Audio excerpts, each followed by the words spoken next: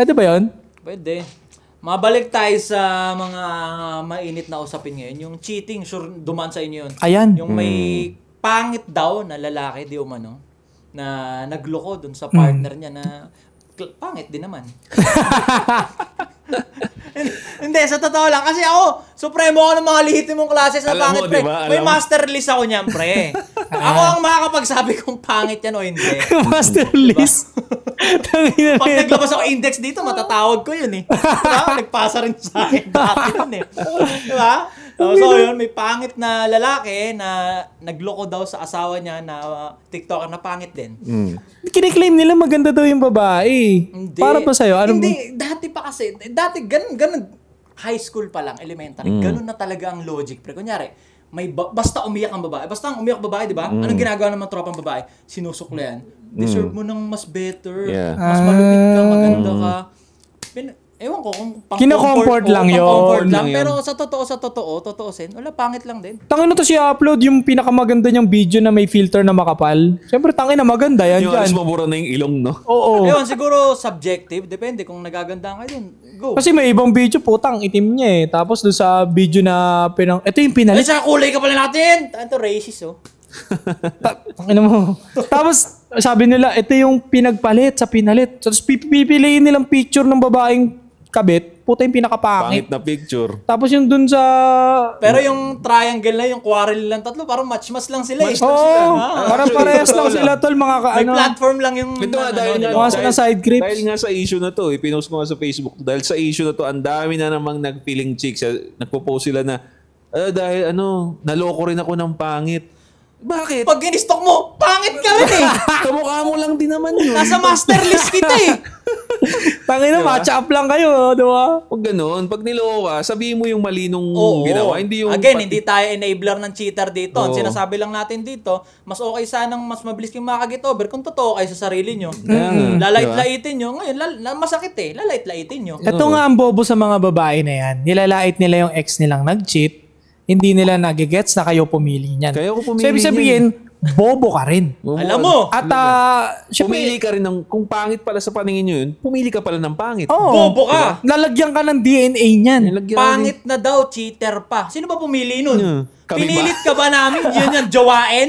Tinutukan ka ba ng Hindi, bala? kasi sabi, hindi, niligawan ako eh. Okay naman siya nung nanliligaw eh. Putang ina, porkit okay siya nung nanliligaw, auto-sagot na ba yun? Ikaw Tama, pa rin yung tama. may last say dun eh. Last say ito, pwede namang hindi mo sagutin yun. Pwede Hindi namang... kami victim blaming dito. Ang sinasabi lang namin dito, 2025 na magkaroon tayo ng full accountability sa lahat ng actions and choices natin. Kasi, ang nangyayari sa internet, tinuturo lang nila how to caught your partner if he's cheating. Anong gagawin mo pag nahuli mong cheater ang partner mo? Walang nagturo na puta. Ito yung mga indikasyon ha. Yung intuition natin, yung instinct natin mga babae, laging tama. Huwag i-disregard. Wala man na nagsabi ng ganun. Di ba parang inaalaw nyo na pumatol lang ng pumatol yung babae sa mga palpak na lalaki, tapos pag niloko na, tuturuan nyo na lang kung paano maging maghuhurumintado yung babae. Walang prevention. Eh, yun ang yun yung kulang sa mga mga female Influencer na dyan. ogag. Wala talaga silang itinuturo. Kumbaga puro delulo lang. Puro Delulo. Hindi nyo tinuturuan yung mga followers ninyo kung paano ma-pinpoint or paano makakuha ng malupit na partner. Iligtas nyo Diba? naman yung mga viewer nyo. Paano ma-filter yung malupit na partner. Puro kayo, girl, Just be yourself. Just be yourself.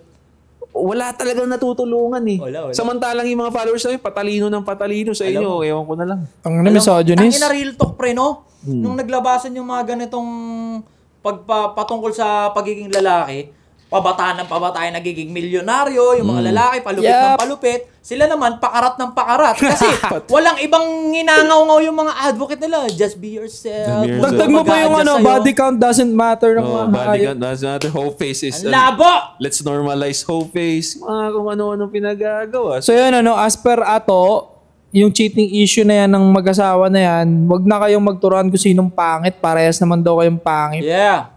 Tsaka kung sinong may kasalanan, sige. Oo, manloloko yung lalaki. Sige, cheater yung lalaki.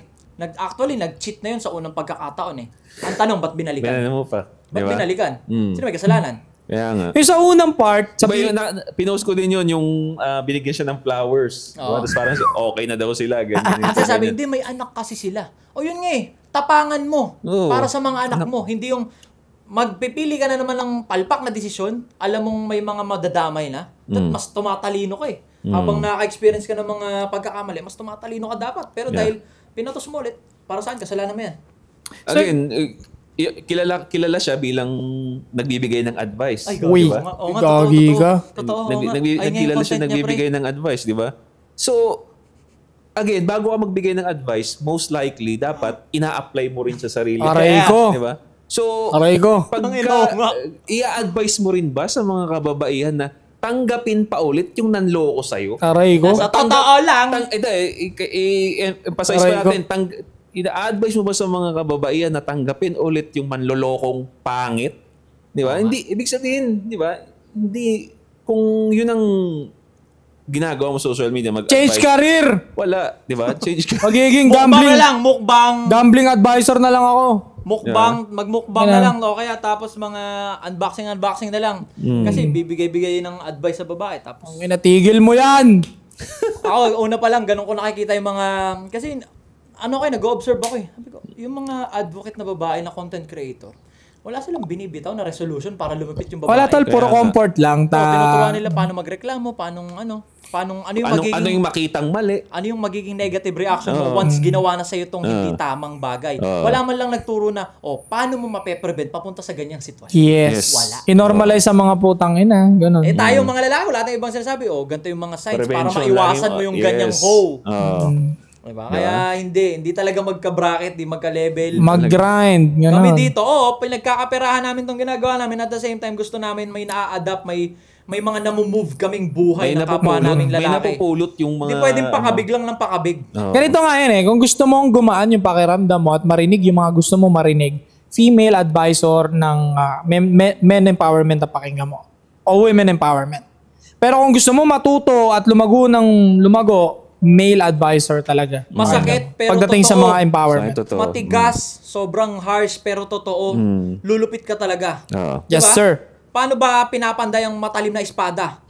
Tinutubog sa apoy. Pinupukpok. Para maging matalas.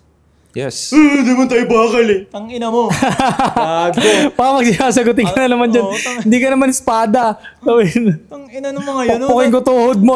Tumalim ba yan? Yun nga lang yung mga nanonood ng anime dyan paano ba lumalakas si Goku?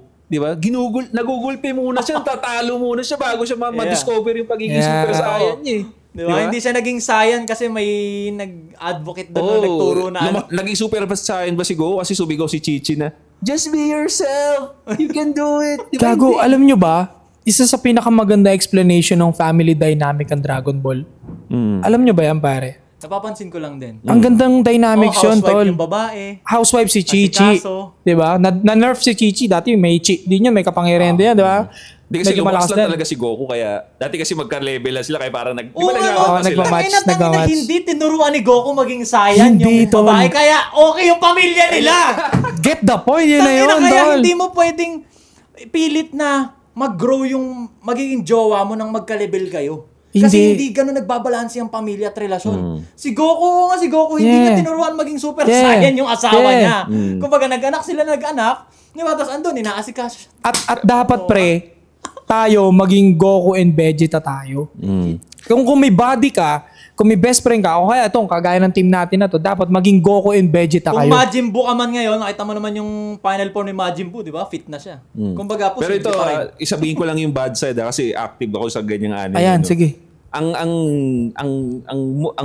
comment kay Goku dyan daw, kasi nga, hindi daw siya good father. Yes, malakas siya, but hindi daw siya good father. Kasi nga daw, pinapabayaan niya si Chi-Chi, pinapabayaan niya yung anak niya.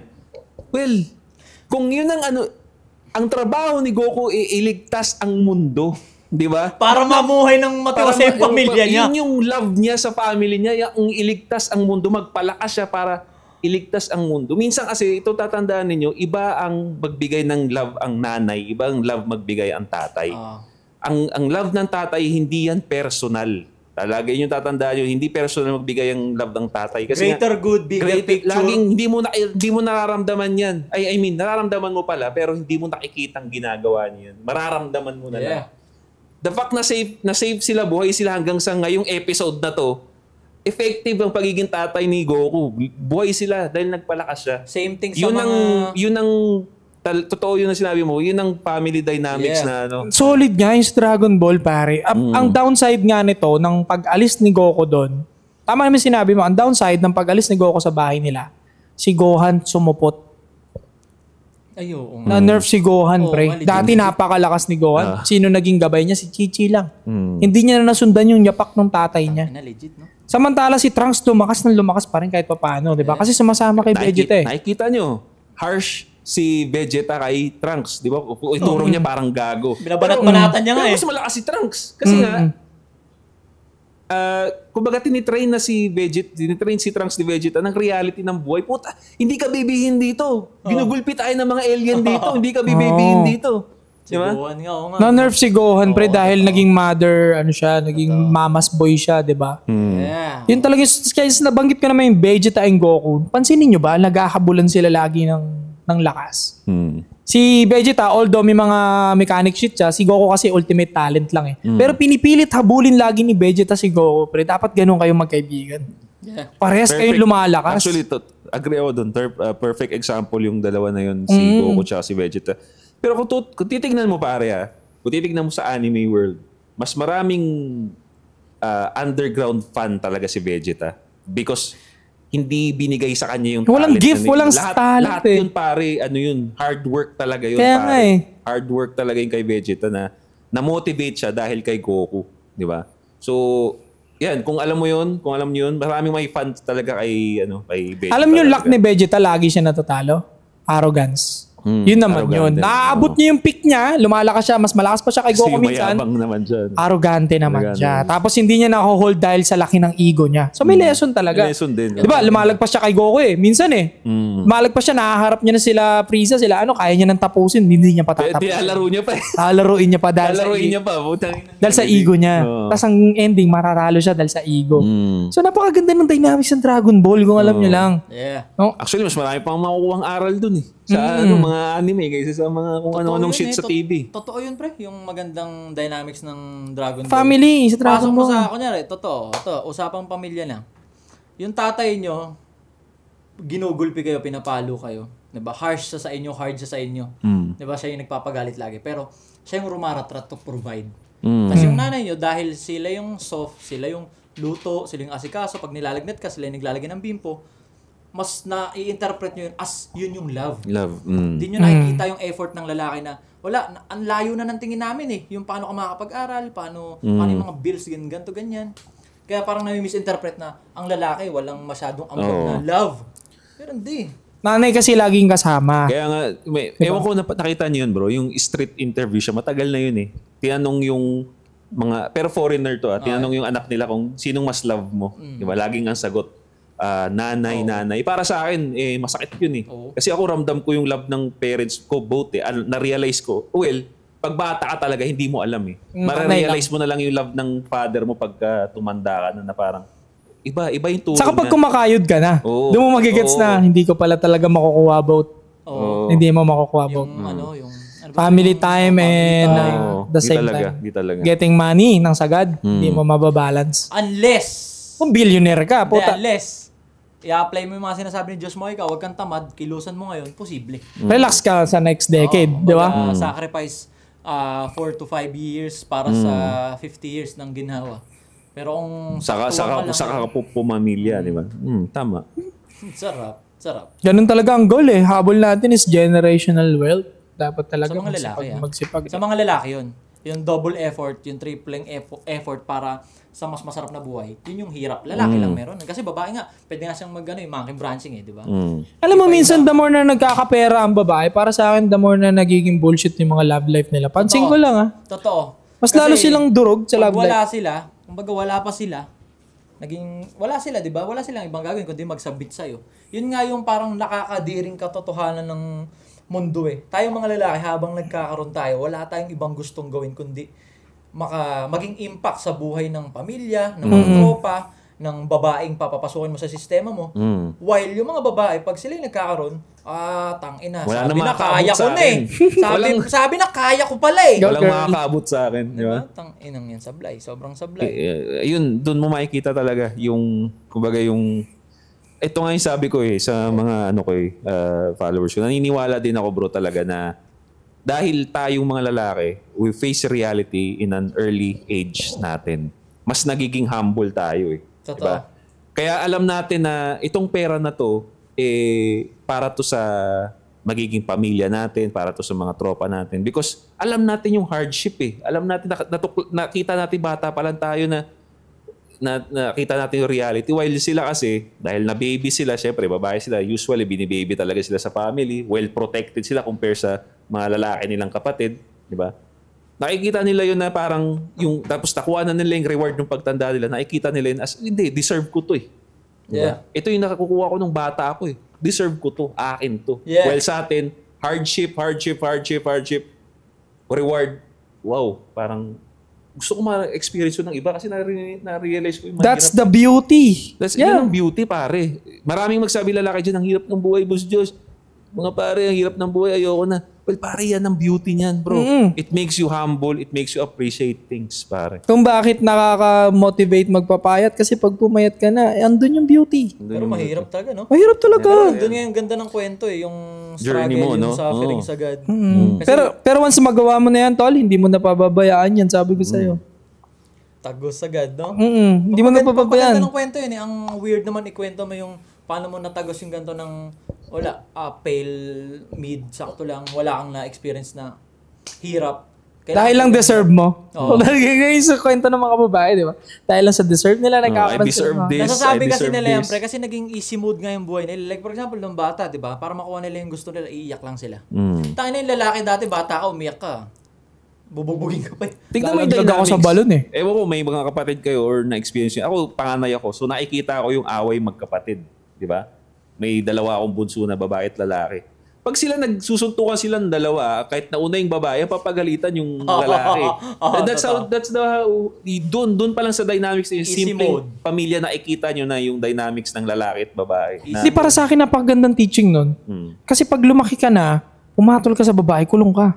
Yes. So parang nung bata pa lang, tinuruan ka na babae yan, magpapatulan. Kasi alam din ng mga nanay natin, pag laki mo, yung law, putang ina, hindi mo kakampi. Kapag binatulan mo yan, tapos ka. So baby pa lang, bata pa lang, wag mo sasaktan yan, babae yan. Makes sense. Hindi lang dahil siguro weak sila, smooth sila, soft sila. Hindi lang siguro dahil doon. I think may teaching din na para paglaki mo, hindi ka basta-basta mananangkat. Kasi Lahat tapos ka sa batas Lahat pre nakapabor sa babae. Like for example, yung cheating nga. Pag yung babae ang nanloko, may lalaki ba na nag-voice out na niloko siya? Wala, di ba? Masasaktan lang siya, mag-move on na yung Kasi bro, di ba, pag ang babae nag-cheat sa atin, kahiya natin yun Kaya as much as possible, kabawasan mo pa nga hindi natin lang. siya pinopost. Kaya ang akala tuloy ng mga tao, lalo na yung mga active lang sa social media, ang akala tuloy nila, lalaki lang lagi ang nag-cheat. Yeah. Bakit? Bakit yun ang perspective nila? Kasi most of the time, babaeng naloko, bino-voice out lagi nila. So, syempre, sino may exposure lagi? Lalaking nag-cheat. Tsaka tol, pag niloko ka, hindi ka mag-voice out. Hindi talaga, bro. Kakahiya pa sa'yo yun. Kaya mapapasin na, bakit wala kasi, lalaki yung lagi nag-cheat kasi lagi napopost. Walang babae nag-cheat. Kasi nga, kaya yan ng lalaki yun, hindi niya ipopost yun. Kumbaga, makakaalam lang yung tropa. Tropa lang. Oo. Totoo. And that's the one reason kung bakit ayoko nag-expose ng babae ko sa social media. Kaya ang dami nagko-comment sa akin sa TikTok. Soy, ang dami mong alam, ang dami mong knowledge. Para come and go lang sila sa'yo nang walang nangyayari, no? Hindi mo alam, hindi nila alam. Wala Isa rin yan, hindi naman totally come and go. Parang magmumukhang parang ho na ako. Hindi naman ganun. I mean, para wala akong i-explain sa inyo. Yeah.